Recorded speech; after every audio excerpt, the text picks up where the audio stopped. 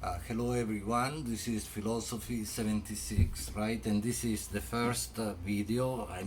I made one yesterday, was an introduction, right? Introductory video. Today we do the first week, right? If you go to the syllabus, you see that we are doing Aristotle this week, right? The first three books of from the Nicomachean Ethics, which is in itself a book. But don't worry about that. In the past, books one, two, three is today would be like chapters, right? One, two, three. So book in the sense of chapter. So we are doing this reach. I got an email. Someone was asking a question. Yes, you should read all all the pages, right? These three books, and then maybe focus on what I am going to call attention to today. Because I will again I will have to be sketchy, but I will try to give you a sense of what's most important in these three books, so that you can basically also write your journal entry, okay, for the first week. And so the keywords that I put in the syllabus for today's this week's class are, right, introduction to philosophy, ethics, and bioethics, then reading Aristotle's Nicomachean Ethics. I can speak about everything. I will say a few words about philosophy, ethics, bioethics, and then I'll get into the specificity of some of the most important concepts, right, themes, problems in Aristotle's ethics. Don't worry about the word Nicomachean. That's a reference to his son, Aristotle's son Nicomachus. Okay, but I usually then say just ethics.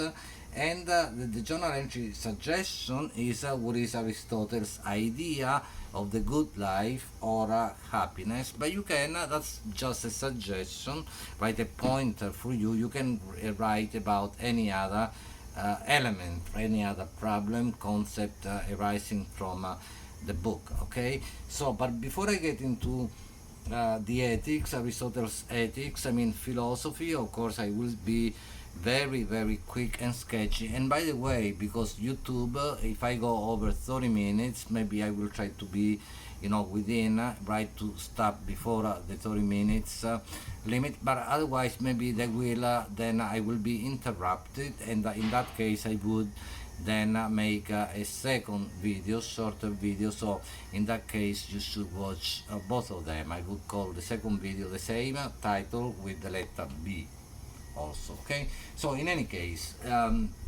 what is philosophy? Some of you may have taken other philosophy classes. It is difficult, if not impossible, to give a definition of a philosophy. But let me put it this way: philosophy is always about questioning everything, challenging everything. It is to ask question after question. Okay, this is what's really important in thinking philosophically, right? So it is the philosophical attitude, the philosophical approach, right? Critical thinking, questioning everything, not just for the sake of questioning, but for the sake of getting, right, a better, right, understanding of whatever we don't know. Philosophy starts from not knowing, not understanding. It is precisely because we don't know that we ask questions, precisely because we don't understand that we try to understand. Okay, I know this is very simple,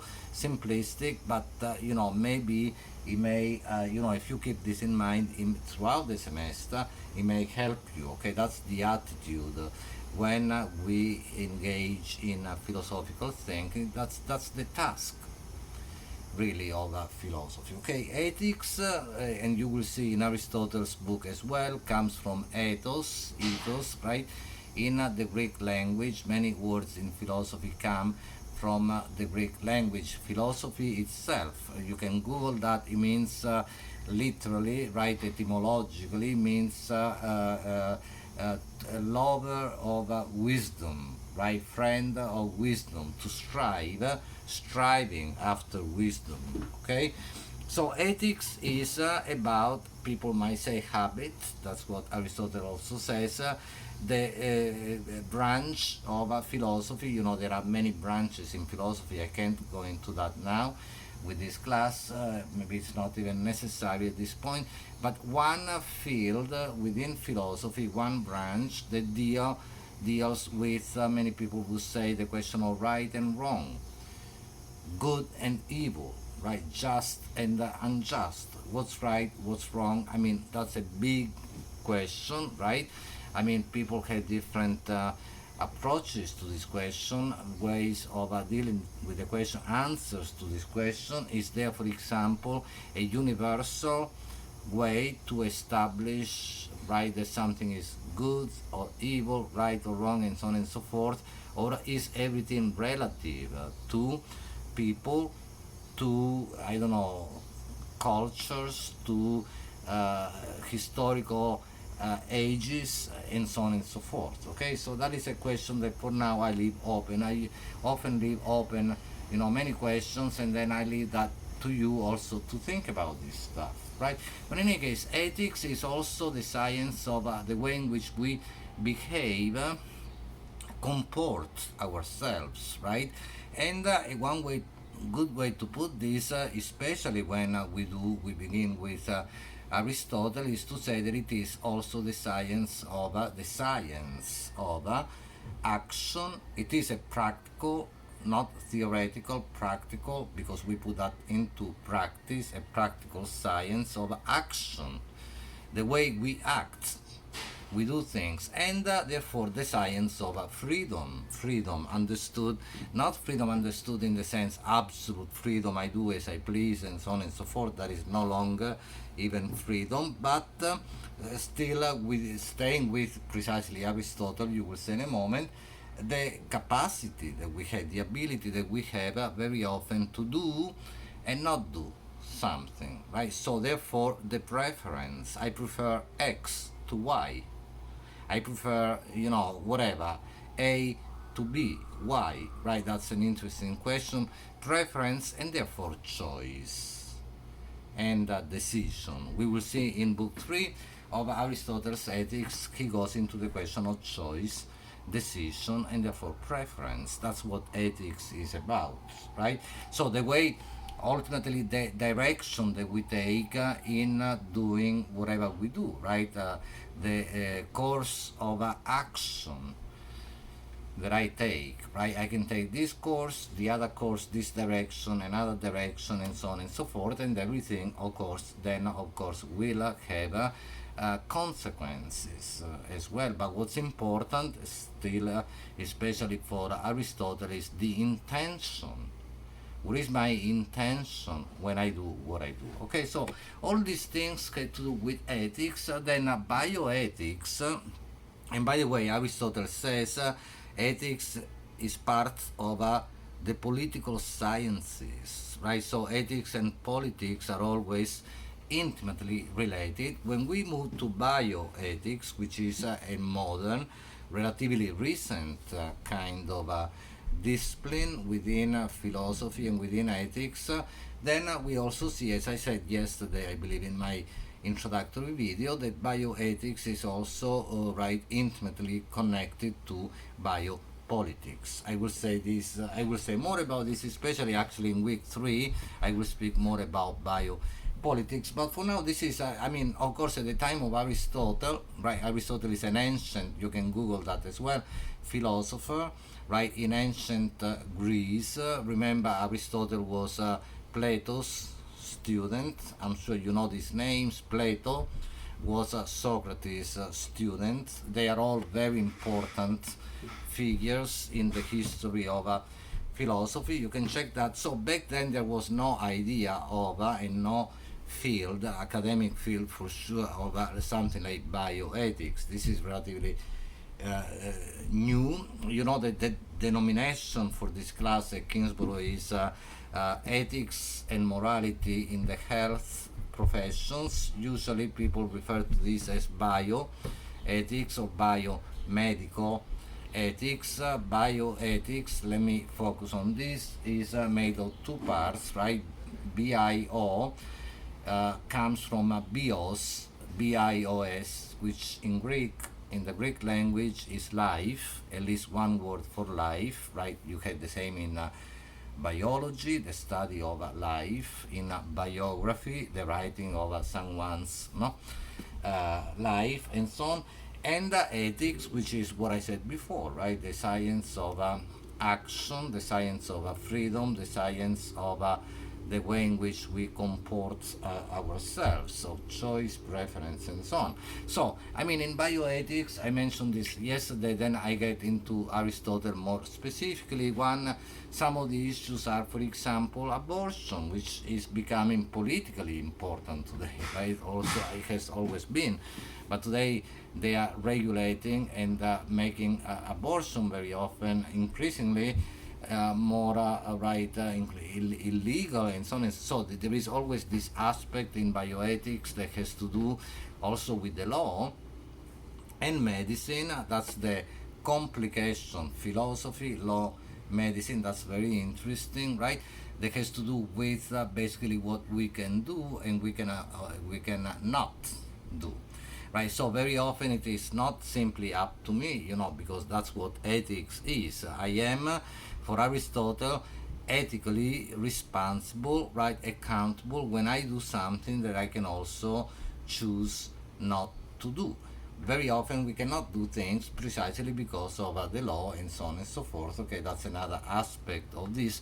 But in any case, bioethics deals with all these issues. We are not going to deal with them particularly because I see them as a kind of technicalities, interesting, but should one, I leave that to you to think about. Very interesting issues. You can deal with these issues of, say, abortion, euthanasia. Should people be allowed to take their life if at the end, whatever, think about situations of a terminal illness. I mean, should one be legally, allowed to, and ethically, to end one's life or not? I mean, these are all questions that, people, right, speak about, and people have so many, different viewpoints on it. So I leave that to you to also think about some of these important questions of bioethics, okay, modern. But I want to get into, again, because I had to be quick, sketchy. I want to get into, because for this week you had to deal with Aristotle in particular. Now, Aristotle, why begin with Aristotle in bioethics? Because we had to have a sense of philosophy and ethics to begin with, in order to then, think about other issues that are more technical, more specific to bioethics per se, right? So Aristotle is very important in this sense. And so for this week, I ask you to write on Aristotle, okay, your journal entry, but always keeping in mind that we are in the context of a bioethical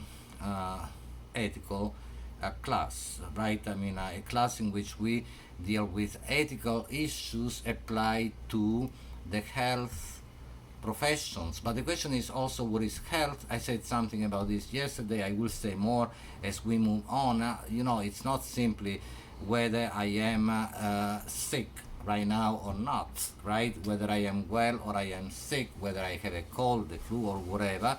But health is much broader than that, right, as a concept, and it is much more complex.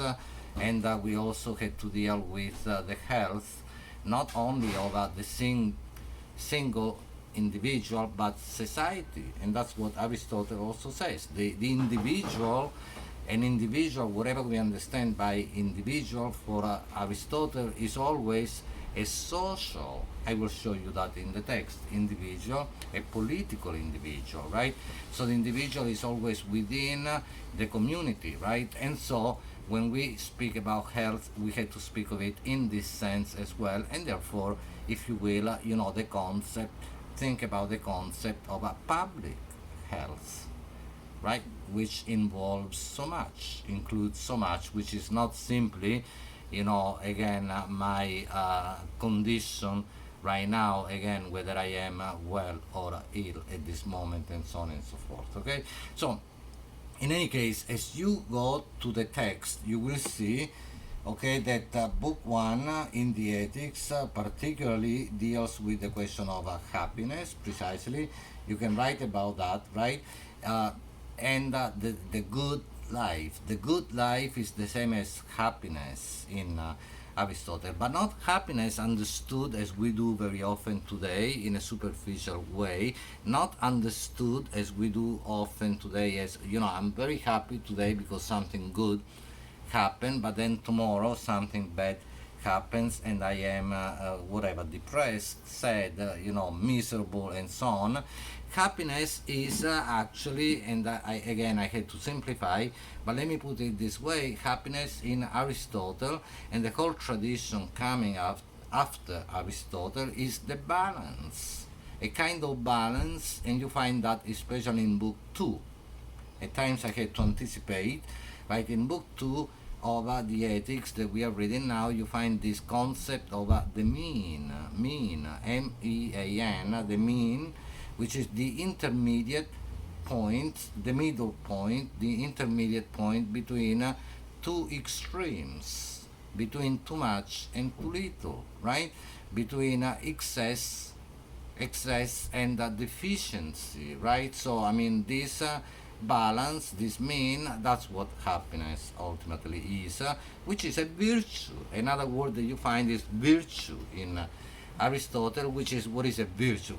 For example, to be just, to be good, to be courageous. That's one example that he uses of a brave, right? And that is always, the virtue is between two extremes, and these two extremes are called vices, V-I-C-E. One vice of precisely excess, one vice of deficiency, one vice of doing too much, and the other one of doing too little of something. And the virtue is in the middle, the mean, the intermediate point, the balance. And that's what happiness ultimately is: to be able to keep the balance, right? The mean in a lifetime, which is not easy. So even when things don't go well, when something bad happens, adversities, crises, problems, and so on and so forth, I had to be able to face, to cope with, to face these difficult moments in a good way, right? I mean, that's what happiness is, because happiness, in any case, the Greek word, pay attention, for happiness is eudaimonia, EU, and then like diamond, DAIMON, and then IA, eudaimonia, which is to be in good spirits. That's basically, I hope this is clear. This is what happiness is in Aristotle, for Aristotle, to be in good spirits, meaning that regardless of the things that happen around me, because good things happen, bad things happen, that I can withstand them, that I can, deal with them, that I can face them. That's what happiness is, okay? So I started from this. Again, you find the concept of the mean, the intermediate point in book 2, which deals with the virtues, moral virtues, or virtues of character, right? The way in which we build our character, personality, if you will. Then I mentioned briefly decision, preference, choice, decision in book 3. But let me go back to book 1. Okay, so I mean, I started this way, but that's okay. So you have this, cluster of constellation of concepts now that you can deal with. In book 1, I mean, you see at the beginning, I read from your text as well. He says in chapter 1, every art and every inquiry, and similarly every action and pursuit is thought to aim at some good. Now, I get to make a point here which is important, okay? That's key in Aristotle and in general, if you think of it. I mean, Aristotle says that, we do things always for the sake of something else, right? I mean, we try to eat well to also be healthy, right? We go to school to graduate, and so on and so forth. Everything we do usually for the sake of something else. Now, this is the end in the sense of not the end in the sense of the final moment of something, right? Because end is both the limit, the final moment, right? In a space, in time of anything, the end of the movie, the end of dinner, the end of life, right? And then end also end, right? End is also the aim, the goal of something, the what for, why I do what I do, right? I mean, this end in this sense goes beyond the limit, right? I mean, in the physical sense, right? And the end of something in this sense is also the good. Okay, pay attention to this, keep this in mind.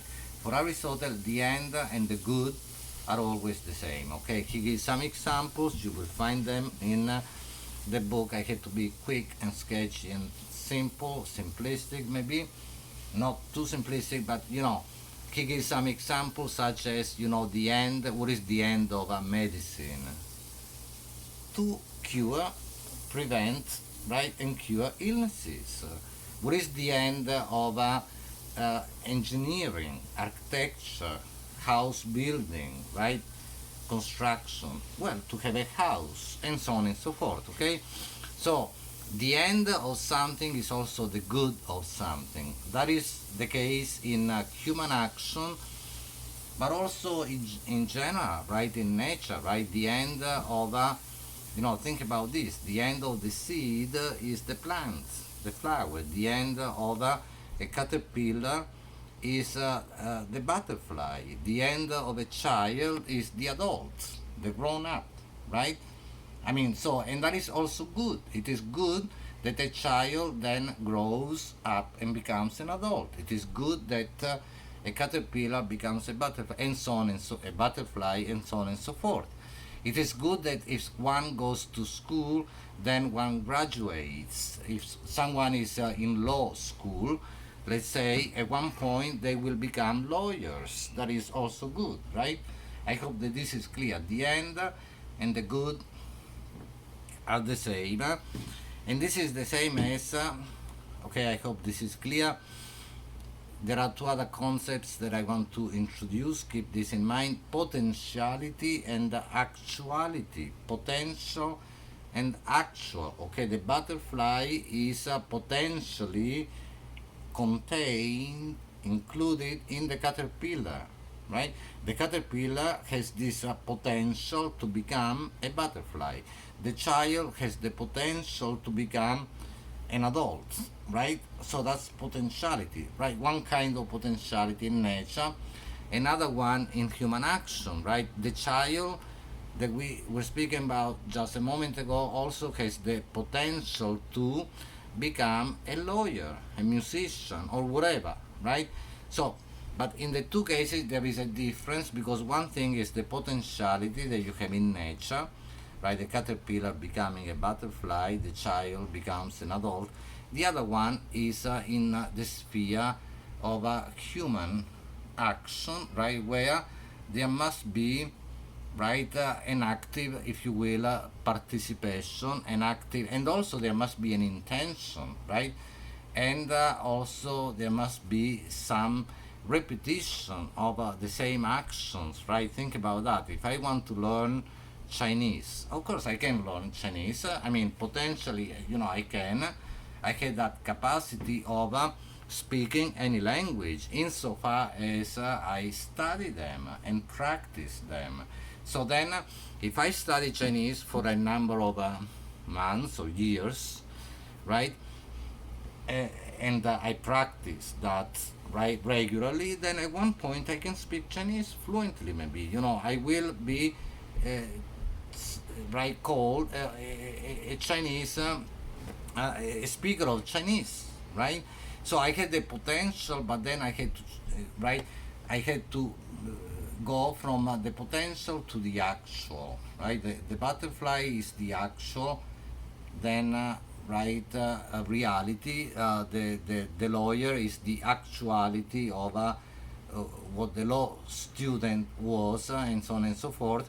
If I study and practice Chinese for a number of years, I can potentially I can be a speaker of Chinese. Then at one point I will be a speaker of Chinese in all actuality. Okay, so that's the difference: potential, actual, potentiality, actuality, and that is related to the other two concepts that I mentioned: the end and the good. The end of something is also the good of something. Okay, I hope that this is clear. And again, because we are also, again, you should read all this, especially you see the highlighted parts, because the highlight right is from me, right? I highlighted some passages that are more important, I believe, than others, so focus on those, and also on what I say in the video. I want to call attention to what I think is the most important point in book one. Okay, there are many other important points you will see, as you read, especially the highlighted sections. But there is one in chapter. Okay, first of all, before I get there, in chapter 7, you see at one point, the second page of chapter 7, I don't know if we have the pages here, page 25, let me see, 26, when you see the expression, right, the line where Aristotle says that man, the human being, since man is born for citizenship, okay? I put a note there, you will see the note as well, a remark, okay, where I say, right, a political animal, because this is, in the Greek, in the original text by Aristotle, okay, this is, I don't know, it's other translations are, reproducing this idea that Aristotle, right, has, that the human being, he says, is a political animal, social animal, political animal. In the Greek language is zoon, Z-O-O-N, animal, politikon, political. Zoon is, of course, zoo, zoology, right, relates to animal. In any case, the human being is a political animal, Aristotle says, by nature, right? And this is translated here as since man is born for citizenship, meaning for the city, for the political community, and so on. But again, you should understand that as since the human being is a political animal by nature. Okay, here again you see the connection between ethics and politics. So, but the question is, and this is on the next page, or actually on the same page, the second half of this page 26, right, in book 1, and this is really the most important maybe passage here. Then you see that Aristotle says, well, if everything has an end, and the end is the good or something, I spoke about that, then is it possible that the human life as such, the human being as such, has no end, and there is no good? Therefore, what is the end of a human life? Cannot be death. Death again is the final moment biologically, right? You have a birth and death, and then life, right? Whatever is in between birth and death, that's what we call life. But in any case, it's not simply a biological thing. The end of life cannot be simply death in that sense, just like, I don't know, the end of the movie and so on and so forth. The end in the sense, what is the aim, the goal? Why do we do all the things that we do in life? Certainly not to wait until death. That's basically the point, okay?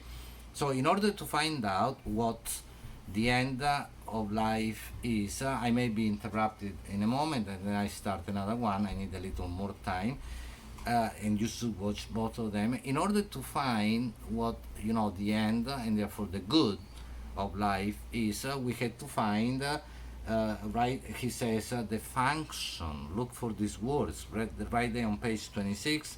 The function of man, the function of a human being. Okay, this is very important. What is the function of a human being? Now, the word function is like work. In the Greek text, it would be ergon, ERGON. Ergon, you can Google that, think about ergonomic chair. Is a chair which is the best possible chair for the body, right? And so on. Something that works well, something that works to the point of excellence. That's what ergon, the function is. The specific function of because everything has a function. And Aristotle says this on this page as you read. He says, well, even the body, right? I mean, each part of the body has a different function, a different work, right? The hand, the eye, they have different functions, right? So also, if you think about jobs, right, activities, professions, same idea. I mean, everything has a different function. He says that as well, right? I mean, the carpenter, he says the tanner, but you can think about, I don't know, the teacher, the bus driver, and so on. Every, activity has a different function requiring, different skills and so on and so forth. So what is the function of a human being, which means what it is to be a human being, ultimately what it is to become one. And then at the end of that page, he gives the answer to this question, okay? He says, the human being is not simply